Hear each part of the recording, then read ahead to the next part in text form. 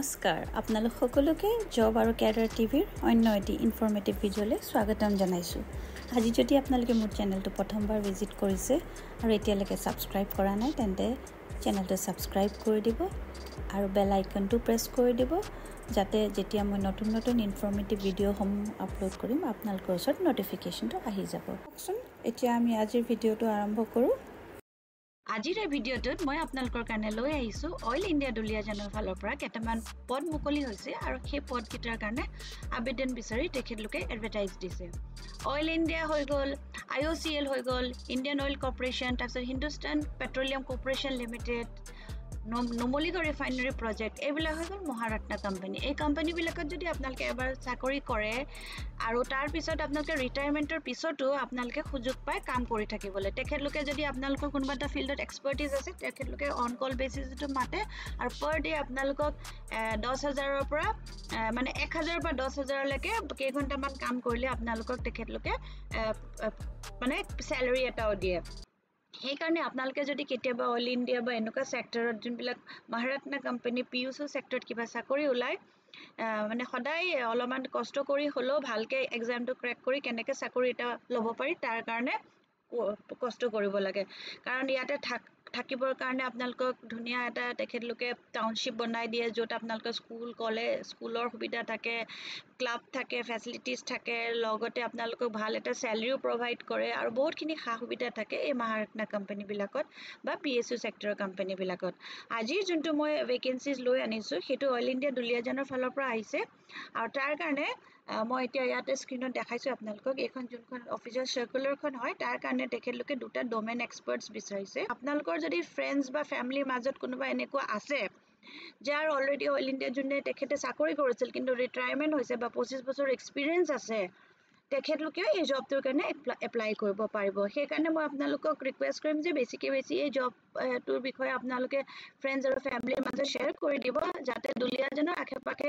বহুতবিলাক মানুহ থাকে তেখেতলোকে চাকৰি কৰি ৰিটায়াৰমেণ্ট হৈছে বহি থাকে, তেখেতলোকৰ কাৰণে এইটো এটা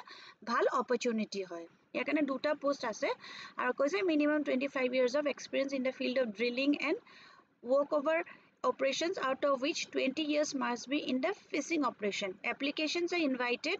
from the interested and eligible candidate for the engagement as a domain expert on call basis on Oil India Limited. তাৰমানে আটো কৈছে ফিচিং অপাৰেশ্যনত লাগিব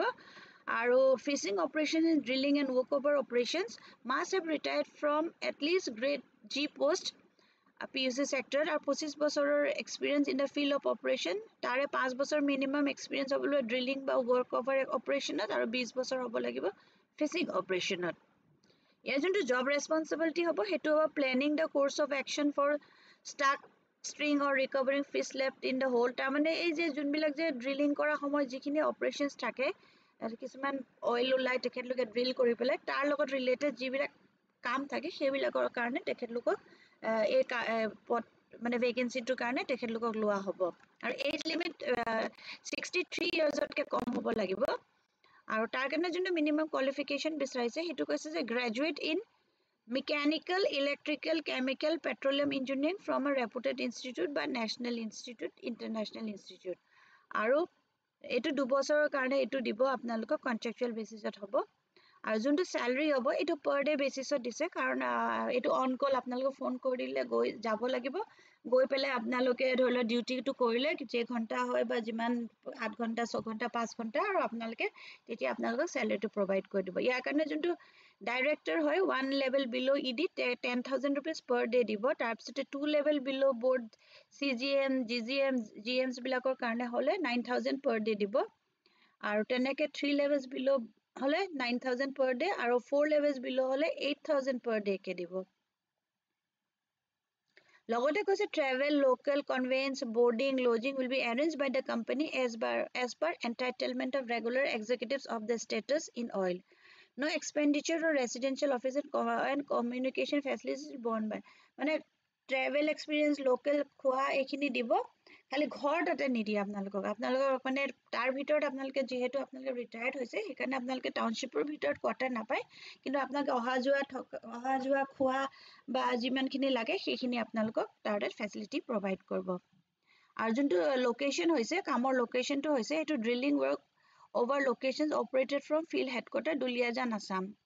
আৰু কেতিয়াবা তেখেতে কামৰ কাৰণে ইফালে সিফালে বেলেগ লোকেশনলৈ ট্ৰেভেল কৰিব লগিয়া হ'ব পাৰে আপোনালোক যদি ইন্টাৰেস্টেড আৰু এলিজিবল হয় তেন্তে যোনখন ফৰ্ম হয় এ তলত মই দেখাই দিম সেইখন আপোনালোকে ফিল কৰি পেলাই oil India limited plot number oil India limited plot number 19 sector 16A Noida 201301 ত পঠাব লাগিব আৰু ইমেইলও কৰিব লাগিব ইমেইল কৰা এটো এড্ৰেছ হয় অন অৰ বিফৰ 21 অগষ্টলৈকে সময় আছে তাৰ ভিতৰত আপোনালোকে এখন ইমেইল কৰি দিব পাৰিব ডাউনলোড কৰি পেলাই ফিল কৰি পেলাই বা আপোনালোকে পঠিয়াই দিব পাৰিব আৰু এইখন হল ফৰ্মখন মই আপোনালোকক এবাৰ খুলি দেখাই দিছো এইখন আপোনালোকে ইয়াৰ পৰা লিংকটো যোনটো মই দি দিম তাৰ পৰা আপোনালোকে গৈ পেলাই ডাউনলোড কৰি পেলাই ফিল কৰি পেলাই এখন পঠাই দিব লাগিব আৰু মই এতিয়া খুলি দেখাই দিছো এটো যদি আপোনালোকে অল ইন্ডিয়া যোনটো ওয়েবসাইট হয় এটো মই আপোনালোকক দি দিম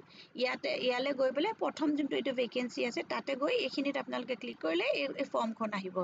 আৰু এইখন মানে এডভাৰটাইজমেন্টখন আহিব আৰু এই এডভাৰটাইজমেন্টখনৰ এনেকে তললৈ যেতিয়া স্ক্ৰল কৰিব তেতিয়াই আপোনালোকে ফৰ্মখন পাই যাব